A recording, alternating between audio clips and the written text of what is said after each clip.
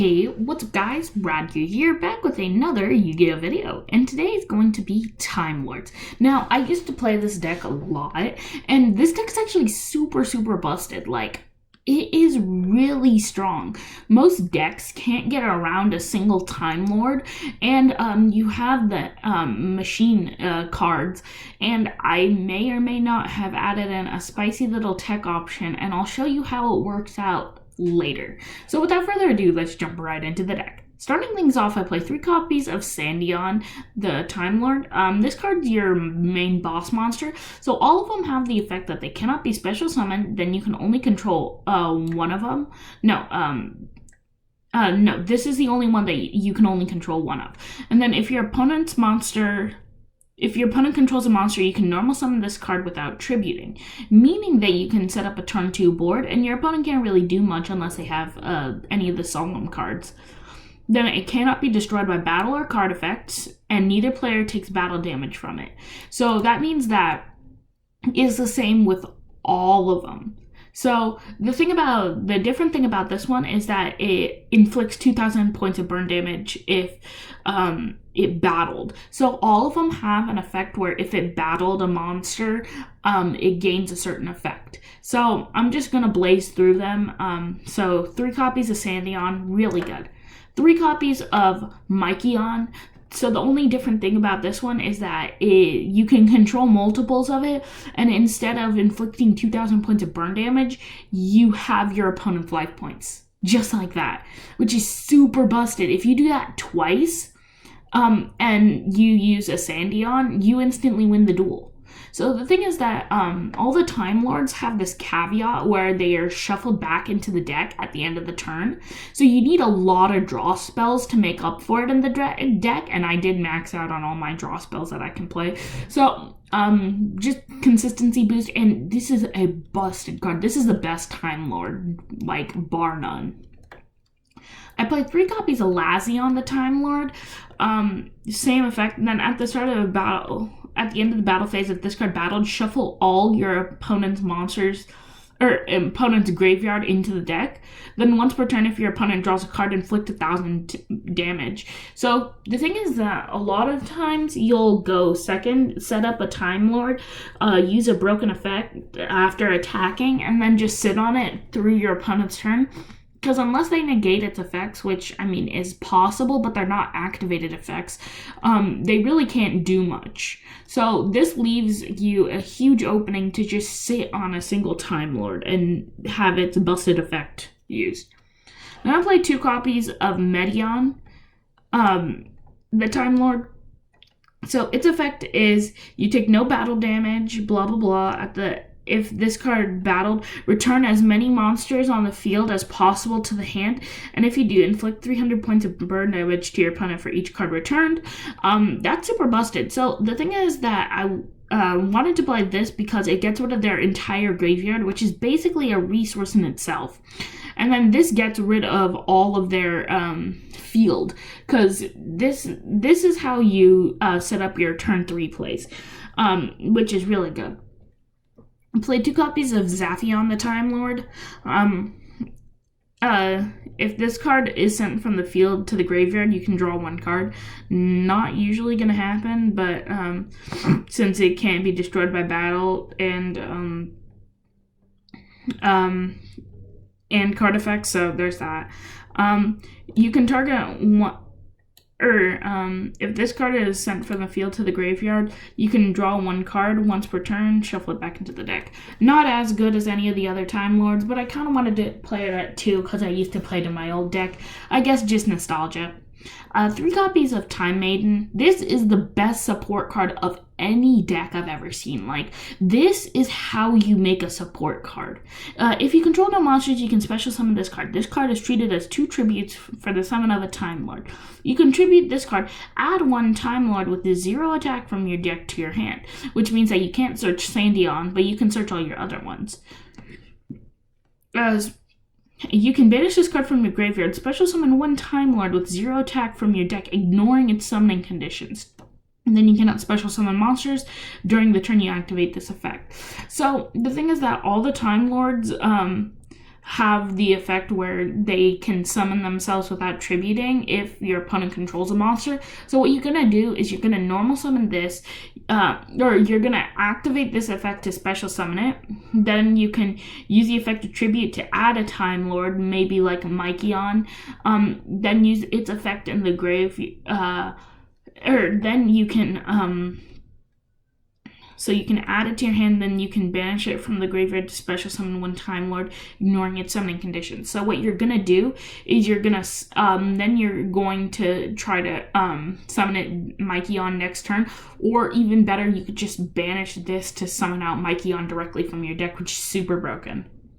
Play one copy of 1-for-1 to get into your Time Maiden, because Time Maiden is busted. One copy of Upstart. This is where my consistency boost starts. Upstart's super broken in this deck because you need to up your consistency to get into your Time Lords more. One copy of Card Destruction, because this actually puts your cards in the graveyard, which is good, because this deck doesn't have any decent graveyard. It has graveyard plays, but you don't send them to the graveyard very often, so there's that. One copy of Dimensional Fissure. So the thing is that I played this in Macrocosmos because this deck is zero detriment, because most of the cards won't be destroyed. And then you have these two cards that get rid of your opponent's entire resources. So you can activate this. Your opponent can't do anything after you normal summon your Time Lord. Then you can set up multiple plays from there. 3 copies of Celestial Transformation. So you can special summon a fairy from your hand that monster's attack is halved. Also, it's destroyed during the end phase. This is how you set up your extra deck plays, which are actually really good, even though the extra deck isn't needed. 3 copies of Extrav, because extra deck isn't needed. It's just an additional tool, because all of your Time Lords are ranked or level 10, meaning that you can use the rank 10 train engine with Gustav Max doing 2000 burn damage, and Dreadnought Rail Cannon Super Dora being able to just be immune to everything and just being a big beat stick on the field. 3 copies of Pot of Duality. You don't special summon except for with Time Maiden, so really good. 3 copies of Pot of Desires, because Desires, you really don't play any cards that you super need, except for Time Maiden, which even then you don't really need it a ton, so you don't have to worry about it because you play all the cards you really want at 3. Then I play 3 copies of Empty Machine. Now, the machine cards aren't very good. Empty Machine and Infinite Machine. There is an Infinite Light card, but I decided not to play it because these are all bricks. First time this card on the field would be destroyed by an opponent's card effect, it's not. Once per turn, activate one of these effects. Discard 1 level 10 to draw 1 card. Decent. If this card is the only card in your spell and trap card zone, target 1 Time Lord, shuffle it into the deck, then set 1 Infinite Machine directly from your deck, which is how you get into your Infinite Machine, or you can use an option that I'll show you in a second. Play 1 copy Infinite Machine. You never want to draw into this card, like never. Unless you draw into both of them, which is highly unlikely, you never want to draw into this. But you activate it by sending an Empty Machine from your spell trap to the grave. Once per turn, this face-up card cannot be destroyed. During your main phase, special summon a Time Lord from your hand, rank 10 plays. You can target 1 Time Lord in your graveyard, shuffle it into the deck, then you can set 1 Infinite Light directly from your deck, which you're never going to do that. You're going to set this up on the field and never move. Then I play 3 copies of Awakening of the Sacred Beast. This might seem weird, but the thing is that so I was reading the 7 Spirit Gates Unleash, and I realized it said once per turn, if you control a level 10 monster, you can add 1 continuous spell directly from your graveyard to your hand, which means that you can actually use this to renew your Empty Machine. If it gets sent to the graveyard with card destruction, you can use this to renew them, and even if you don't really use them a ton, you're still going to be able to set up some plays with it, which is why it's actually decent. And 1 copy of Macrocosmos, because like I said, you don't use your graveyard. Moving into the extra deck, 3 copies of Super Dreadnought Rail Cannon Gustav Max. 2,000 points of burn damage is really good. Then I play 3 copies of Super Dreadnought, Rail Cannon, Super Dora.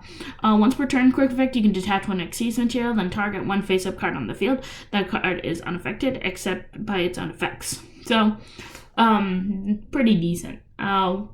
3 copies of Super Dimensional Robot Galaxy Destroyer, just because I was bored and decided to throw it in here. And you have some plays with it. Once per turn, you can detach one Xyz material, destroy all your opponent's spell and trap cards. Then your opponent cannot activate spell and trap cards in response to this, meaning that monster effects are the only thing that can negate it. And it's a 5,000 body. That's huge. Like, that is a big boy. Like, there's no way your opponent's getting around that. Like, it's one of the few monsters that actually has 5,000 attack. So then I play 2 copies of Link Karibo.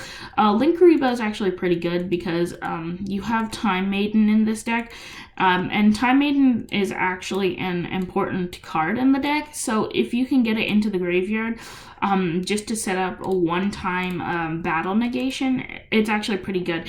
And Link Karibo is just a decent card in general.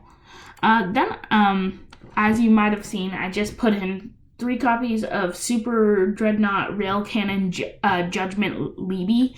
So I accidentally put in Dora as my rank up option, but really Libby is the best option to put in here. Once per turn, you can also summon this by using a rank 10 train. Then monsters you control, once per turn you can detach one Xyz material. This card gains 2,000 attack for the rest of the turn. You can only declare an attack with this card. During your main phase or your battle phase, this card can attack up to the number of Xyz material it has +1. So if it has a 0 material, you can always attack once with a 6,000 body. Usually you're able to attack, like, maybe since you set up Gustav, you can attack usually 3 times, or 2 times with, 3 times with your body on the field. So that is it for the deck. The deck is actually super good, and I love this playstyle. But please like, subscribe, share, comment, let me know what you thought, and let me know if there's anything you would change about the deck. Would you change up the TimeLord lineup? Because there's a lot of different Time Lords that I left out, but I feel like I didn't leave anything out by skipping out of, like, Sadion or Raffion. But yeah, that's pretty much it, and I'll see you in the next Yu-Gi-Oh video. Peace, guys.